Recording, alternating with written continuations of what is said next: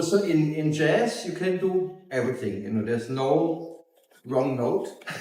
It's always a question what you make out of the... Like for me in music, I don't use the word right and wrong. I use the word expected and surprise.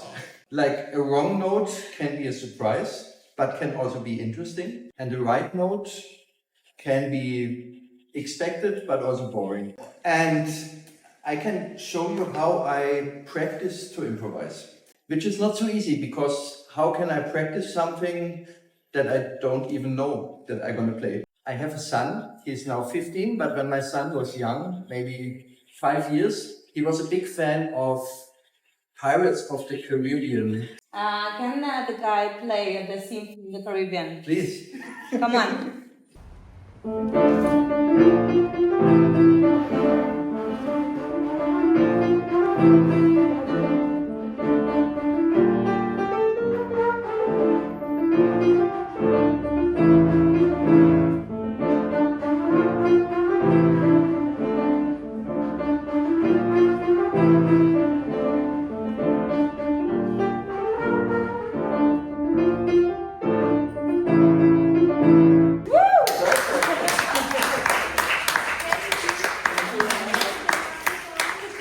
So number one, what I practice is I practice everything, every melody that I know, I practice it in all 12 keys. And you can do it with every melody.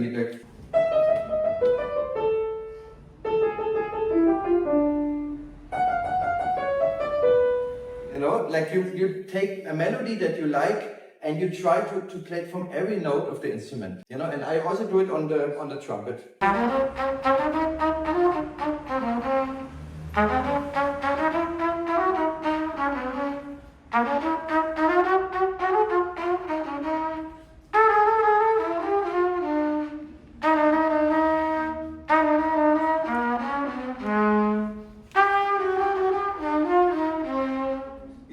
You take every melody that you know and you play it in all keys. So this is a super exercise for everybody. Because if you practice it a lot, your subconscious teaches your finger what is the next note. Somebody wants to improvise with me? Hello, Sebastian. Hello. What is your name? Boris.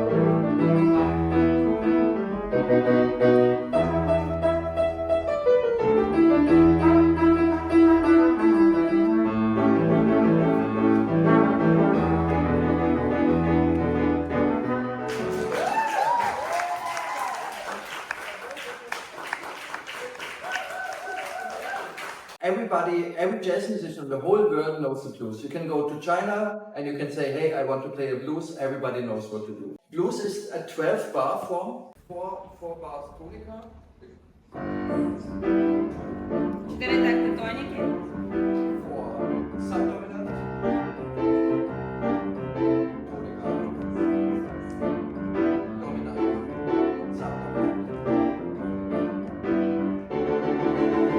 And this is something, everybody knows, and this is super fun to practice on the piano, and if you know the scale, like Boris does, then you can play very easy together. And the same scale you can also practice on, this. You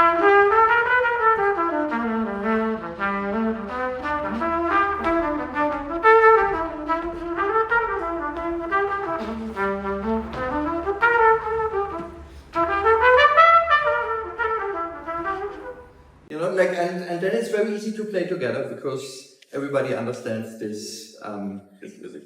Perfect. Somebody else wants to play.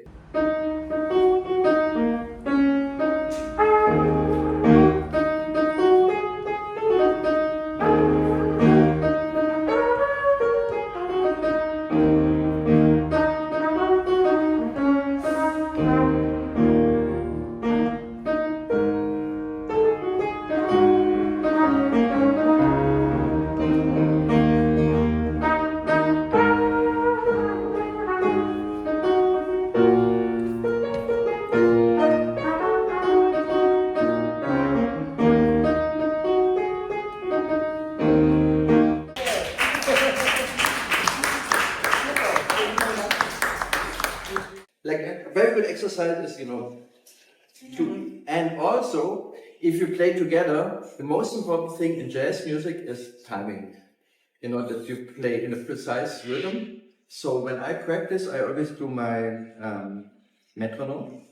But it's a bit complicated for jazz. Jazz, we don't count 1, 2, 3, 4, 1, but very often we count on 2 and 4. 1, 2, 3, 4, 1, 2, 3, 4, 1, 2, 3, 4, 1.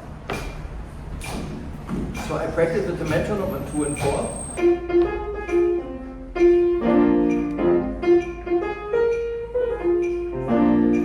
If the metronome is bum, bum, bum, bum, bum, then you follow the metronome. But if the metronome is on 2 and 4, you have to make the tempo, and the metronome is the police. And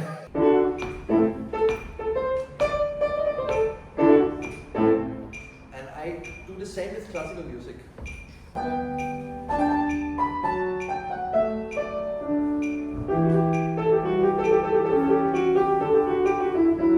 My favorite tempo is tempo 40. It's super slow.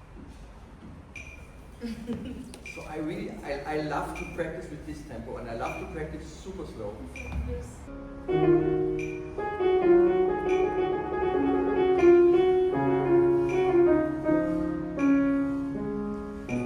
Like when I practice very slow and with the metronome, then every mistake I see, like, you know, in shining light.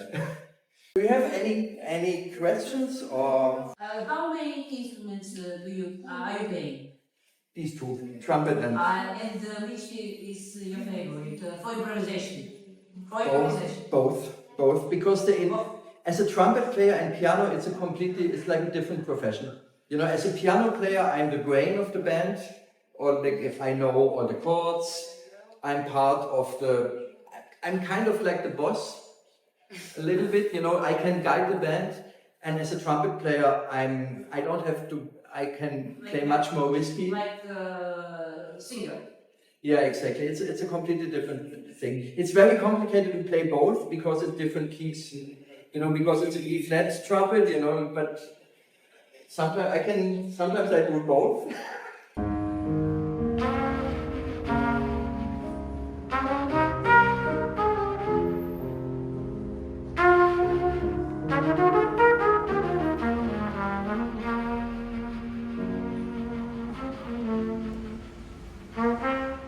Yeah, sometimes, but it's complicated for the brain. Are you singing? A little bit, but Improvisation? no, not really. But actually, my background is my father was a conductor from Czech Republic, and then they were fleeing the Russians when the Russians came in '68. You know, when they came to Prague, my parents left the country. History is repeating. And then my parents were in Germany, and my father became the head of a music school. So, and then I started with classical piano, then I started with trumpet, then I played jazz, and now I play jazz, but also a little bit classical music, sometimes electronic music. I think it's very interesting to take something from all the different styles. Maybe you can suggest some professional literature to read. I mean, the best book is listening to music and Like for me, the best way to learn about orchestration is to listen to music and to read the score. You know, the best way to learn the architecture of music is to learn music by ear. Maybe one important thing, like for me, like sometimes people say music theory is telling them what they can play. I think that's not right. Like music theory helps you to explain what you played or what somebody played. But music theory is a very good tool to communicate with other musicians. You can go to another country and you can say, I want a C7 sharp 11 chord, and people know what to do. Maybe I can share some thoughts about composition in general. When I teach composition, my exercise number one, you go to your instrument, you without thinking, you play what your finger wants to play, you record it, and you put it to the side. And then you listen to it earliest the next day. Because I think there are two enemies of composition. One enemy is critique, that you are too early, you know, you play something, you're like, no, it's to this, it's to that. So I think, you know, when I sit on the piano and play something, even this, it comes from my subconsciousness and it's holy. So I always believe in my very first idea. So whenever I sit on the piano and just play, I record, I put it to the side, and most of this stuff will be on my album later. Especially, you know, if you go to the instrument in the morning, you don't have any expectations, the brain is completely free, you play. You know, it sounds like. And the second enemy of composition is forgetting. You know, you play something and you're, this is great, you keep on playing and then you can't remember the beginning. So I think it's very important to learn how long can my idea be that I still remember what I did. Or having a very good technique in recording or writing it down very quick.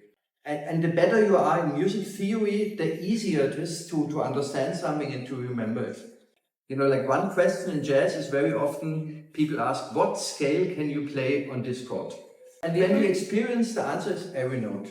Like minor.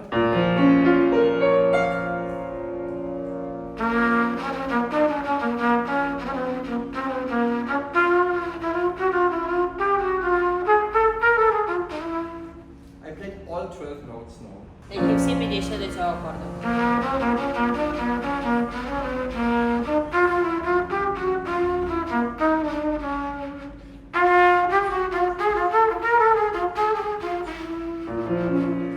My favorite note in minor is the major third. You know, it can sound very wrong. But if you play it the right way,